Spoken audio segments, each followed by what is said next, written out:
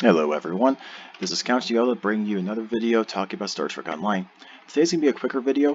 There's a couple things I want to bring up to everyone, and this is just a fun little subject to talk about as well. Because, I mean, whenever you talk to people on STO Reddit in the build section, basically everyone is telling you to either use dual heavy cannons or to use beam arrays in PvE. So I'm going to be talking about in this video very briefly as to where you should be able to use single cannons and why single cannons basically aren't used too much anymore in Star Trek Online. So in this video, I'll be covering some of the arc basics in this kind of like retro style thing that I had back last August whenever I talked about arcs and tanking last time. The differences between the various types of builds in the game with the normal arcs, and then I'll talk about how Cannon Skyfly has kind of broken this issue with DPS. And then we'll have the case for dual heavy cannons, beam arrays, dual banks, and single cannons as well. Feel free to see the time links to go through on these, but it should be a very quick video, honestly. Now, the reason why this is coming up so quickly after my most recent video yesterday for our Discovery comparisons was because Card Game Nut pointed out very correctly that I've been getting progressively worse in the complaining that I do on this channel. I used to be someone that's much more positive, and with the amount of things that have happened over the past few months, it's just gotten worse for me to be able to do so. And I've been slipping farther and farther and farther into that. And the views on a lot of these videos hasn't really helped remind me that I shouldn't be going down that path, because I mean, the point of this channel was to be positive and talk about this game to help a lot of you all who are newer to the game to play.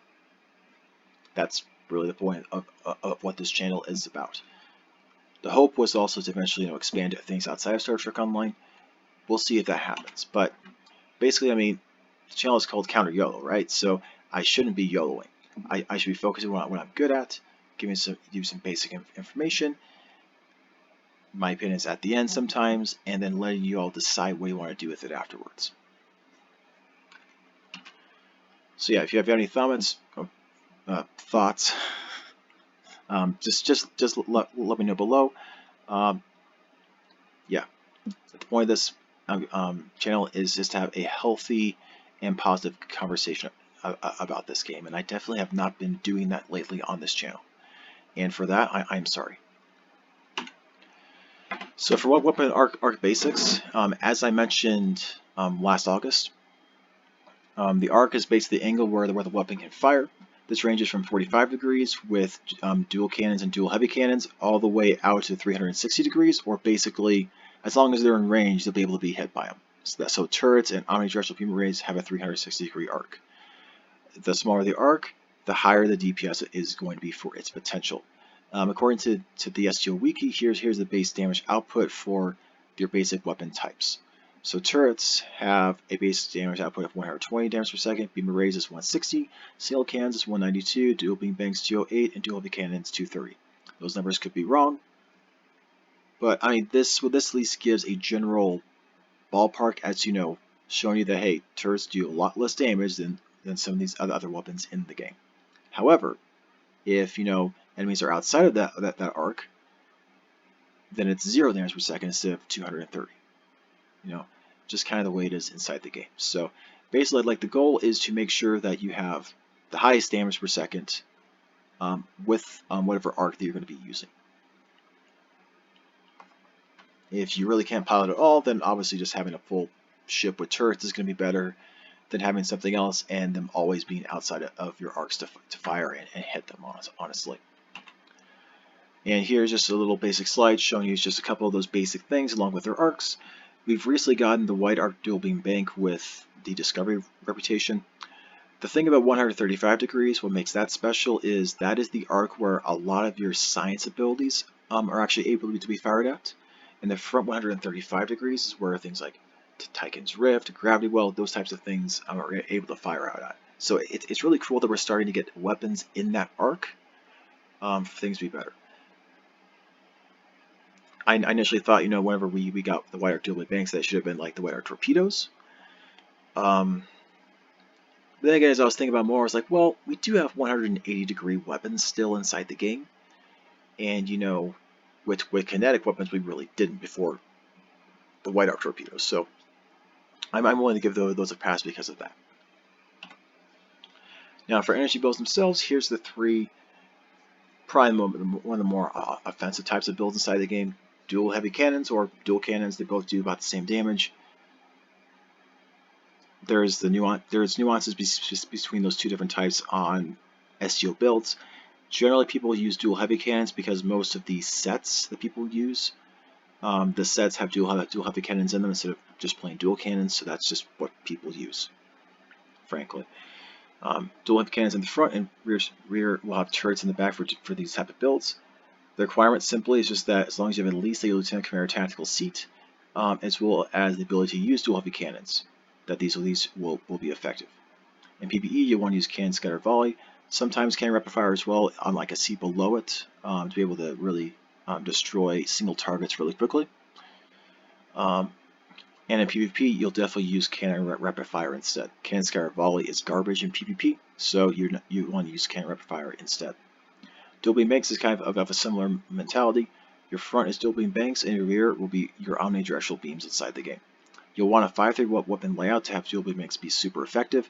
Otherwise, you're going to have to use turrets to fill in the remaining back seats. And it's not really super optimal if you do it that way. Beam builds can work with just a Lieutenant tactical seat. It's also why the Fleet Coge and Fleet Cardenas really should be beam boats instead of cannon boats inside the game, even though the Fleet Cardenas and Fleet Coge can use dual heavy cannons.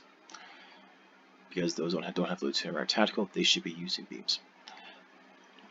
Rant aside, the usefulness for these beams, the place where I see dual beam makes the most, frankly, inside the game is on science builds, actually. There are a decent amount of dual beam banks that are part of sets that do help science in particular, whether it's a healing ship, an exotic-based weapon or something from a set. There are a decent amount of sets with dual beam banks in them, and those also help with your energy stuff on science ships as well. Because if it was fully torpedoes on science ships, then you don't get to use your fancy energy weapon enhancements on your starships. In PvP, you want to use Beam Overload. It's been stated by a lot of people on the SJ Reddit that Beam Overload is really terrible for damage per second, but it is still decent. Not insanely good, but it's still decent for spike DPS in PvP. And it's really spike DPS is what's really important in PvP because, I mean, a lot of people have high movability and they can get away from you in just a few seconds. So, but if you basically instantly kill them, then they can't get away. They are just gone, and you get a point for your team. Beam of Low allows you to do that fairly easily, well, at least better than Beamfire will be able to for PvP. For single cannons, you want to have single cannons in the front and turrets in the back. This one doesn't have any limitation. Even on ships that have the dual heavy cannon and dual cannon limitation on them, can still use single cannons. This is something that any ship can use. Ideally, you want at least a Lieutenant Commander tactical bridge officer seat. To be honest, though, basically just about any beam ship nowadays, well, any energy-oriented ships, like most cruisers and most escort class vessels, are going to have at least a Lieutenant Commander tactical bridge officer seat. So, in most tier 6 ships in the game, this isn't really going to be much of a requirement at all. It's not as great in PvE. You still can do it for fun for sure, but it's mainly for PvP with cannon rapid fire. And we'll get to that later in the video. For the usefulness of broadsiding versus forward firing, feel free to see my video last August, where I talk about the merits of both of these builds. And turrets is really just for fun, or if you really don't want to think at all whenever you're playing the game. Now, the reason why dual heavy cannons, dual beam banks, and single cannons have, well, 2 of those 3 have been largely ignored is because of cannon scatter volley. And it's because the next cannon attack, regardless of what type of cannon it is, will fire it up to 3 targets within a 90-degree arc of your primary target for 10 seconds. So what that basically means is for dual heavy cannons, while this is up, instead of a 7 arc of 45 degrees, it's now 90 degrees. For single cannons, it actually ends up decreasing the arc for it to be effective. Instead of 180 degrees, it's now 90. When you combine that with the fact that the global cooldown of Cannon Sky Volley is 15 seconds, and if you have the Withering Barrage starship trait from the C-Store, you can have the ability duration up to 14 seconds with a 15-second total cooldown whenever you start the ability, which means you could have this up 14 out of every 15 seconds, or about 93% of the time in combat, which is pretty significant. Which is why a lot of people will say if you have Withering Barrage, you could basically treat dual heavy cannons as if it was a 90-degree arc weapon. So essentially, even though this is what the arcs are supposed to be, if you're in PvE doing damage and you're using Cannon Sky Volley, it's basically as if all of these weapons here have a 90-degree arc. Now, if all these weapons have a 90-degree arc, but certain ones do more damage than others, a lot of people are going to tell you, well, they're all basically doing the same arc for damage, so you might as well choose the one that happens to deal the most damage. Which I think is pretty reasonable, honestly. And of course, we have these ones too. I talked about that more in the video last August. Now, for the case for dual cannons, this is pretty straightforward, honestly. It's the highest damage in the game for both single target and for the 90-degree arc for AoE DPS inside of PvE. Being able to focus on up to 4 targets, your primary target plus 3 others.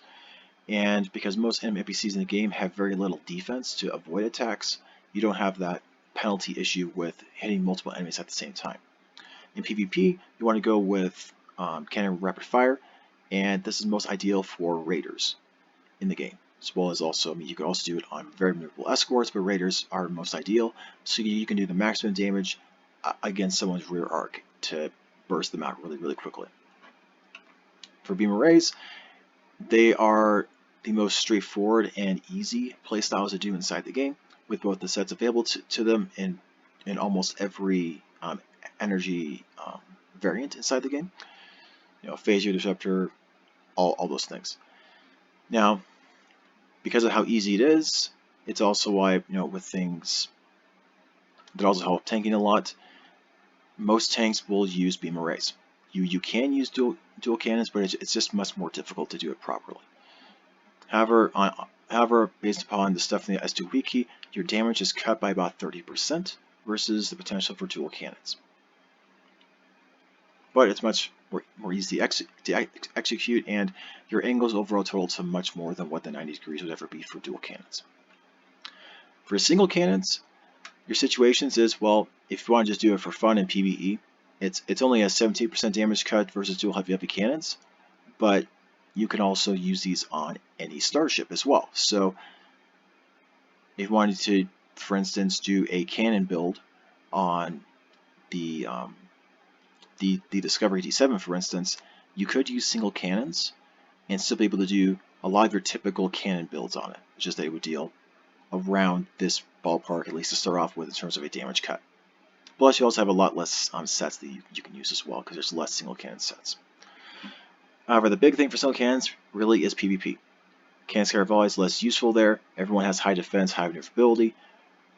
The name of the game there is your team is focusing down one single target, because you really won't be able to focus down multiple at the same time. It's going to have to be one, having ideally allies that can do serious debuffs and holes and things, whilst other people are doing insane damage on them so that they go down.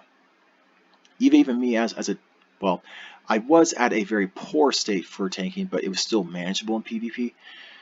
I am much better now than I was a year ago whenever I started making videos on this channel. But even now, even on my seriously good tank builds, still in a 3v1 situation, my ship is still going to go down. So it's really more of like, for tanks, you're very much there as a distraction for the most part. Which, if you're in the cruiser and are actually deceitfully tanky, you can actually catch enemies off guard that way. For dual main banks, it's the best DPS option, frankly, if your ship can't use dual heavy cannons. You get basically the same firing arc, and you use beam fire at will. Ideally, you want it on a 5.3 or a 5.2+1 starship, or like if a 5.2+1 is ship with an experimental weapon, plus you still have 7 alongside it, and it allows for these layouts to still feel really strong. so that you don't use dual beam, or so that you don't use beam arrays on them. You still could use beam arrays on these still too, though. Or you use these because of the looks, because frankly, the animations on dual beam banks, in my opinion, are the coolest in the entire game. It's still about 10% damage cut on the base damage, at least for dual versus dual heavy cannons, but it still looks cool nonetheless. So yeah, this was a nice short video for y'all. I think I was a bit more positive in this one.